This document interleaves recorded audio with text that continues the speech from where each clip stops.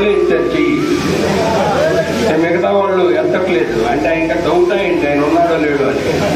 ఉన్నాడని నేనే ఒప్పుకున్నాను, మీరు ఒప్పుకోకపోతే ఎలాగా? యేసుక్రీస్తు అందరికీ ప్రభు అని అన్నారు కానీ ఏ ఒక్క వర్గానికి ప్రభువు కాదు, ప్రపంచం అంతటికీ ఆయన ప్రభువే. Everybody, no caste and creed, ప్రతి వాళ్ళకి ఆయన ప్రభువే, అది తెలియజెప్పబడింది. అవునా కాదా? Praise the lord.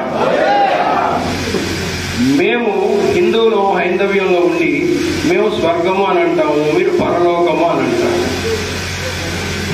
మా అందరికంటే మీరు ఎంతో అదృష్టవంతులు పుట్టుకతోనే. ఎందుకనంటే భగవంతుడు మీకు ఆ పరలోకం చేరడానికి నేనే మార్గము, నేనే సత్యము, నేనే జీవము అని చెబుతూ ఇది ఒక్కటి మీకు అందించాడు.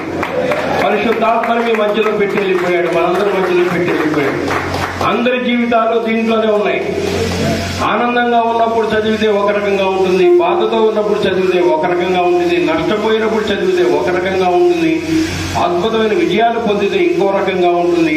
ఏ దారి తెలియకపోయినా కూడా ఇది పట్టుకుంటే ఒక దారి ఓపెన్ అవుతుంది. అటువంటి అదృష్టవంతులు అంటే ఒక లిఫ్ట్ అనమాట. ఒక లిఫ్ట్ ఎక్కి పరలోకానికి వెళ్ళిపోవచ్చు. మేము ఎక్కాలంటే రకరకాల మార్గాలు, రకరకాల శాస్త్రాలు తిప్పి తిప్పి తిప్పి తిప్పి గోల గోల గోల. మీరంత అదృష్టవంతులు ఎవరున్నారు ప్రపంచంలో? The more you serve, the more you get. The more you serve, the more you get. The more you serve, the more you get. ఈ లౌకిక ప్రపంచంలో దీన్ని ఆధారంగా చేసుకుని బాగుపడి కోట్లు సంపాదించిన వాళ్ళు అన్యులు కూడా చాలా మంది ఉన్నారు. దీంట్లో ఒక వాక్యాన్ని పట్టుకొని నేరం నాది కాదు ఆకలిది అని ఒక సినిమా తీసేసి కోట్లు సంపాదించేశాడు. మీలో పాపం చేయనాడు ఎవడో ఒక రాయి వేయండి అన్నాడు, అది ఇందులో నుంచి పట్టుకుంది. దాంతో సినిమా హిట్ అయిపోయింది. ఎన్టీ రామారావు గారి సినిమా కొన్ని సంవత్సరాలు 37 సంవత్సరాల క్రితం. కాబట్టి మనమే పట్టుకోవాలి. ఈ వాక్యాల్లో ఏం చదివితే ఎవరిని ఏది తాకుతుందో ఎవరు చెప్పలేము. అందరూ చదివేదే, రోజు చదువుతారు, రోజు ప్రార్థన చేస్తారు. ఏదో ఆ వాక్యం స్పృశిస్తుంది, తట్టుతుంది, అక్కడి నుంచి అద్భుతాలు జరుగుతాయి.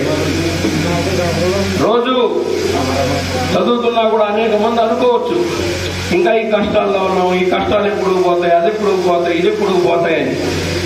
మనం ఒక కార్యక్రమం మొదలుపెట్టి 4 అడుగుల ముందుకే ఇంకా ఆగిపోతాం. కాసేపు అడ్డంకి రాగానే ఆయన మనకేమైనా బాకీయా ఏంటి? ఈ ప్రపంచం మొత్తం పాలించే అతనికి మనకేమైనా బాకీయా?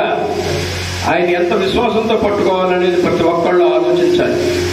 అప్పుడు అద్భుతాలు జరుగుతాయి. అంతేగాని ఆయన ఇవ్వడానికి సిద్ధంగా ఉన్నాడు, పుచ్చుకోవడానికి మనం సిద్ధంగా ఉండాలి. We must be ready to receive. మనకేం కావాలో ఇవ్వడానికి ఆయనకు సిద్ధం. అట్ ద సేమ్ టైం మనం కోరతాం, అది కావాలి ఇది కావాలని, ఆయన ఇస్తాడు.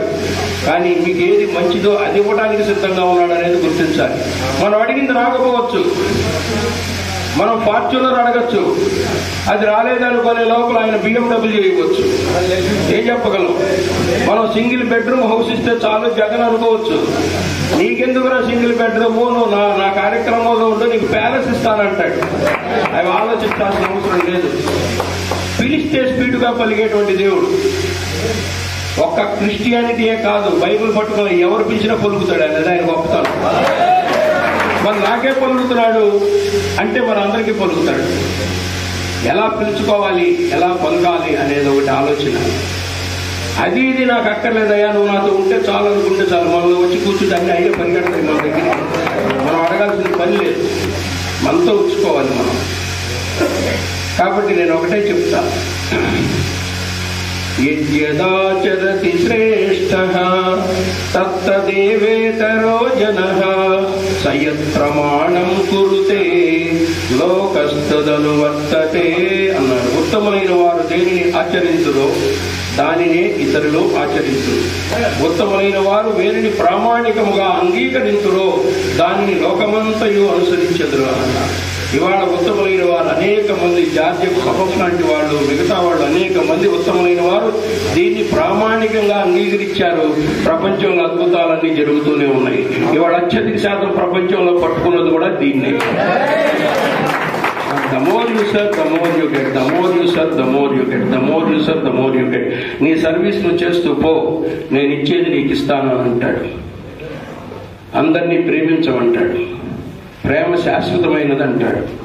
ప్రవర్జనములైన నిరర్ధకం మగురు కానీ ప్రేమ శాశ్వతంగా ఉంటుంది అంటాడు. ఏ వాక్యంలో చెప్పారో గుర్తుందా అది? 1 కొరింథీయులు 13:8 చదవండి.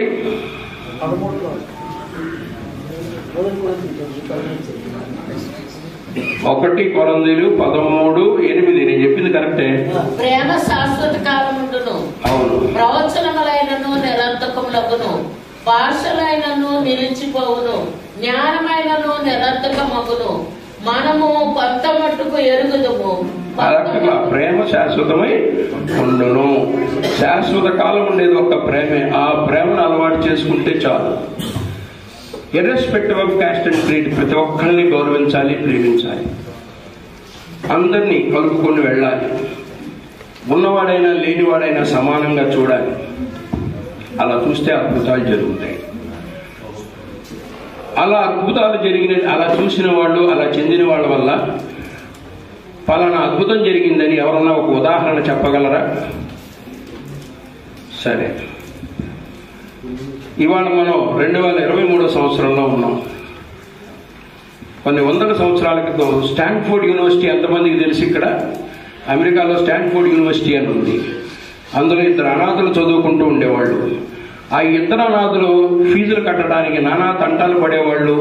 ఎవరో ప్రవీణ్ లాంటి వాళ్ళు ఇంకొకళ్ళు సహాయం చేస్తే మొత్తానికి అందరూ యూనివర్సిటీలో చేరారు. వాళ్ళు ఏమనుకున్నారంటే నెక్స్ట్ ఇయర్కి మనం ఫీజు కట్టాలంటే మనం ఏ రకంగా ఫీజు కట్టాలని ఆలోచించారు. ఏదన్నా మన యూనివర్సిటీలో ఒక ప్రోగ్రాం పెట్టి టిక్కెట్లు అమ్మి ఆ టిక్కెట్ల ద్వారా వచ్చిన డబ్బుతో మనం ఫీజులు కట్టుకొని పుస్తకాలు కొనుక్కుందామని ఆలోచించి ఒక మ్యూజికల్ కన్సర్ట్ పెట్టాలి.